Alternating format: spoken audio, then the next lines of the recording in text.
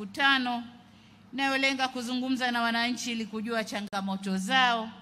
Lakini vile vile ziara hii inalenga kukagua utekelezaji wa miradi mbalimbali ya maendeleo ikiwemo viwanda kama nilivyofanya asubuhi hii. Lakini kabla sijaendelea, ndugu zangu wana Meatu, nitoe pole nyingi sana. Pole nyingi sana.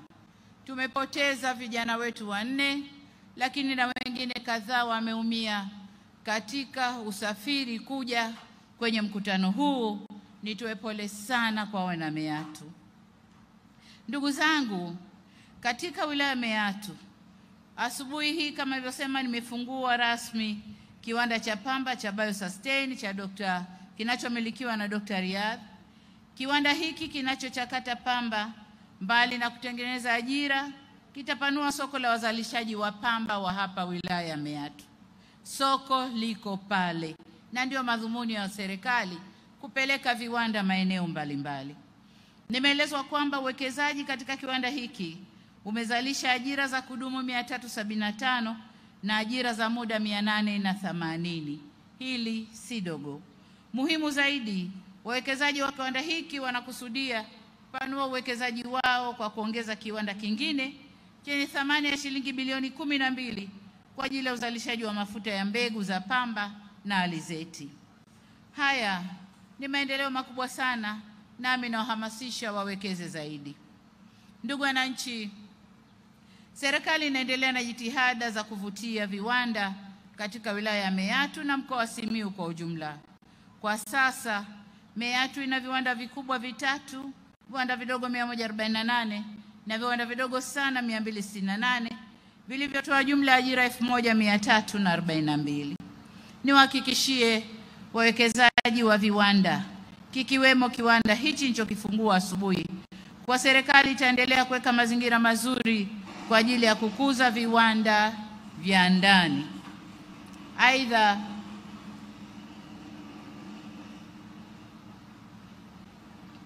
nitoe rai kwa wananchi kuendelea kuzalisha pamba na mazao mengine ili kuendelea kupeleka malighafi inayotakiwa kwenye viwanda hivyo vilivyopo na kuzidi kuvutia viwanda vingine.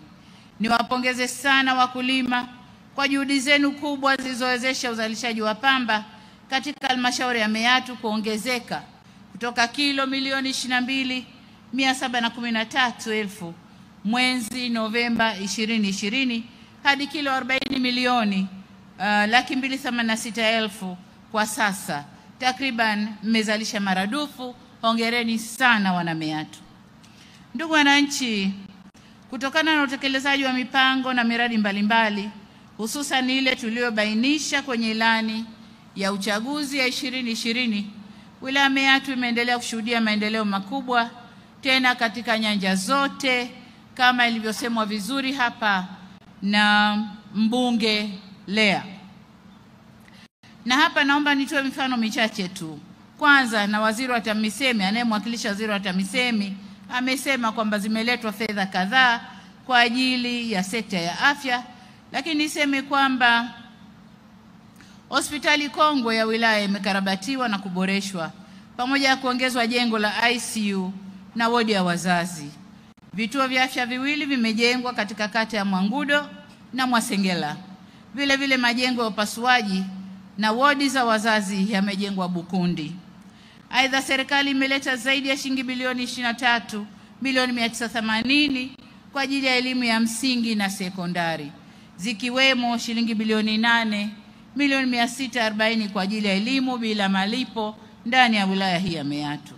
Uwekezaji huo umeongeza idadi ya wanafunzi wa sekondari kutoka 9,458 mwaka 2022 hadi 12,630 mwaka huu, huku wanafunzi 9,569 wakiandikishwa kwa ajili ya elimu ya awali na 11,000 darasa la kwanza bila mchango wowote kutoka kwa wananchi. Hii ni kazi ya serikali ya awamu ya 6. Katika kuwawezesha wananchi kiuchumi, jumla shilingi milioni 799 zimetolewa kwa vikundi 89 vya vijana, akina mama na watu wenye ulemavu kama mikopo ya 10% ya makusanyo ya halmashauri tangu mwaka 2021. Niipongeze halmashauri kwa uwezeshaji huu, lakini niombe iweze kufanya vizuri zaidi. Na nitoe rai kwa wananchi kuendelea kulipa kodi na tozo mbalimbali kwa ajili ya maendeleo ya halmashauri yetu. Natambua kwamba wanameatu ni wafugaji wazuri pia. Ili kulinda ubora wa mifugo na bidhaa za mifugo, serikali ilianzisha kituo cha wakala wa maabara ya wanyama katika halmashauri ya wilaya ya Meatu. Kituo hiki kitasaidia kupima, kubaini magonjwa ya mifugo ili hatua stahiki za kitabibu ziweze kuchukuliwa kwa ajili ya kuilinda mifugo yetu. Pamoja na hayo, jana nilizindua kampeni ya chanjo ya mifugo inayolenga kulinda na kuongeza thamani ya mifugo yetu. Hivyo nitoe wito kwa wananchi kushiriki ipasavyo katika kampeni ya chanjo ya mifugo na kuingia kwenye ufugaji wa kisasa wenye tija zaidi.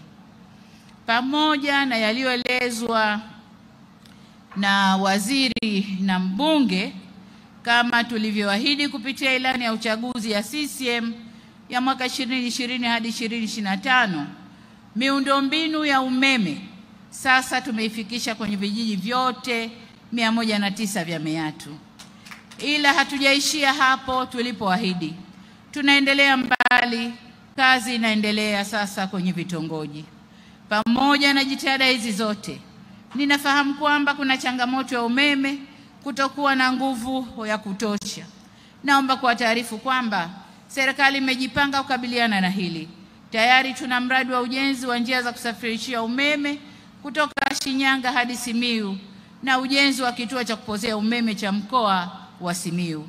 Mradi huo utakapokamilika utawahakikishia wakazi wa Simiyu umeme wenye nguvu na wa kutosha kwa ajili ya shughuli mbalimbali za uzalishaji ikiwemo viwanda. Lengo letu ni kutaka wananchi watumie nishati ya umeme kuongeza thamani ya mazao na kilimo na ufugaji. Nimepokea pia taarifa kuhusu kero inayotokana na kuchelewa kwa utekelezaji wa mradi wa ujenzi wa daraja la Itembe. Daraja hili ni sehemu ya mradi wa ujenzi wa barabara ya Karati Mbulu Dongobesh Haido Msibiti mpaka Maswa yenye kilomita 389. Barabara hii inaunganisha mikoa minne: Arusha, Manyara, Singida na Simiyu. Lakini ndugu zangu, habari njema ni kwamba kwa sasa serikali iko kwenye hatua za mwisho za kukamilisha mradi huu. Nafahamu adha ambayo wananchi wamekuwa wanakumbana nayo, ikiwemo kulazimika kusubiri masaa 4 mpaka 6 wakati wa msimu wa mvua ili waweze kuvuka kwenda upande wa pili. Kwa hiyo kama nilivyosema, nataka niwahakikishie kwamba adha hiyo inakwenda kumalizika. Ninaamini wananchi wamejipanga vyema kutumia fursa zitakazokuja baada ya kukamilika kwa daraja hili, ikiwemo utalii kwenye mbuga za wanyama za Maswa, Ngorongoro na Serengeti, ambapo mtaweza kufika kwa urahisi zaidi kupitia wilaya ya Meatu. Meatu oye! Ndugu wananchi, natambua pia kwamba wilaya ya Meatu bado inakabiliwa na changamoto ya maji. Na tatizo kubwa ni kwamba maji yetu yana chumvi. Tumeleta magari, tumechimba visima, lakini maeneo mengi visima maji yamekutwa yana chumvi. Lakini nataka niwape habari njema pia kwamba mradi wa kutoa maji Ziwa Victoria unakuja kumaliza shida hii. Hata hivyo, pamoja na mradi ule ambao tumeuanza na unaendelea, mwaka uliokwisha wa 2024 tulikamilisha mradi wa maji wa Inonelwa uliogharimu shilingi bilioni 4,860,000. Mwaka huu serikali inaendelea na miradi ya maji Semu, Mbalagane, Mwakipopo, Buliashi, Mwabumwa, Mwashata na Mbushi. Vile vile kwa kutumia mitambo ya kuchimba visima, tutaendelea kuchimba visima kwenye maeneo ambayo chumvi haiko au iko chini sana. Pamoja na hayo, kama nilivyosema, niwahakikishie kwamba mradi wa kutoa maji kutoka Ziwa Victoria tutakwenda kutatua kwa kiwango kikubwa changamoto ya maji katika eneo hili. Ndugu wananchi, kwa kuwa ziara bado inaendelea, nataka nihitimishe kurejea shukrani zangu kwenu wananchi kwa mapokezi na hamasa kubwa katika ziara hii. Lakini kabla sikuhitimisha, naomba sasa niende kwenye maombi ambayo ndugu yangu Mpina aliyaomba.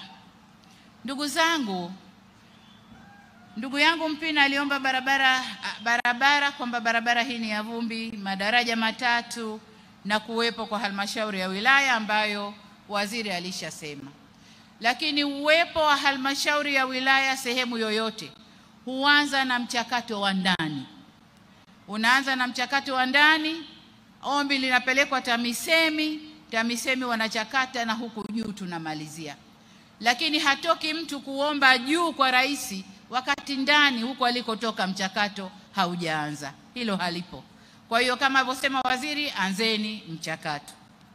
Lakini jengine ameomba madaraja na barabara. Ndugu zangu, maombi kama haya Lea huyu aliyowasilisha bungeni na mawaziri wakatekeleza maombi yake. Sasa maombi haya kuyaleta hapa kwenye mkutano kwa rais ni kujitafutia umaarufu na kuthibitisha kwamba mbunge hakulifanyia haki jimbo lake. Angesema bungeni, kazi hii ingefanyika, lakini inaonesha mbunge hakulifanyia haki jimbo lake. Lakini la pili, kwa sifa alizozitoa na maelezo aliyoyatoa, SGR, Mwalimu Nyerere, daraja la Busisi, MV Mwanza, huyu si mbunge wa jimbo bali ni mbunge wa taifa. Kwa nadhani tunapokwenda huko muache nimchukue kwenye nafasi zangu 10. Mwenziwe Lea amesema kila kilichofanyika jimboni na amount ya fedha akitoa kichwani. Lakini mbunge wa Kisesa ni kurukaruka na kwamba Kisesa tunakudai. Lakini ukifata maandiko na rekodi za serikali, tumefanya mambo mengi sana Kisesa. Amenishangaza kusema Kisesa iko kama mwanamke aliyesuka nywele. Ina maana amedharau jimbo lake. Angesema kumekatwa mabarabara, maendeleo yameonekana na hivi. Lakini ndugu zangu, nadhani mngekuwa serious kutuletea wabunge wa kukutoleni huduma kwenye majimbo yenu. Nadhani mngekuwa serious kwenye hilo. Kwa hiyo huyu ni mbunge wa taifa na sio mbunge wa jimbo, kwa sababu hakuongea chochote cha jimbo lake. Baada ya barabara za kusuka nywele ndicho alichoongea. Uvamizi wa tembo, hatua tumeanza kuzichukua, na mambo haya ni hatua kwa hatua. Kama tumeweza kujenga vituo 3, bila shaka kama tatizo bado ni kubwa, angemuona waziri wa maliasili na utalii akiwa bungeni na waziri angejua cha kufanya, na sio kuja kulalamika hapa mbele ya rais na kutaka umaarufu mbele ya wananchi, maarufu ambao kazi hazifanyi inavyopaswa. Kesi ya wafugaji mahakamani, anajua kesi iko wizarani inashughulikiwa, lakini alitaka iseme hapa ili wananchi wake wamsikie. Ndugu zangu, huyu ni mbunge wa kitaifa na sio mbunge wa jimbo. Kama kweli wana Kisesa mnataka maendeleo, huyu mbunge sio wa jimbo, ni wa kitaifa. Ndugu zangu, baada ya kusema hayo, niwapongeze viongozi wa mkoa, wilaya na halmashauri kwa kazi mnayoendelea kuifanya, na niwaombe sana muendelee kufanya kazi, muwatumikie wananchi ili maendeleo kwa wananchi yaonekane. Nyinyi tuliowaleta huku si watawala, mnamwakilisha rais lakini si watawala, ni watumishi wa wananchi. Kwa hiyo niwaombe sana watumikieni wananchi. Niwaombe sasa mturuhusu tuendelee na ziara katika maeneo mengine, na asanteni sana kwa kutusikiliza. Asanteni sana. Toti, tunaomba tumsindikize Mheshimiwa Rais wa Jamhuri ya Muungano wa Tanzania.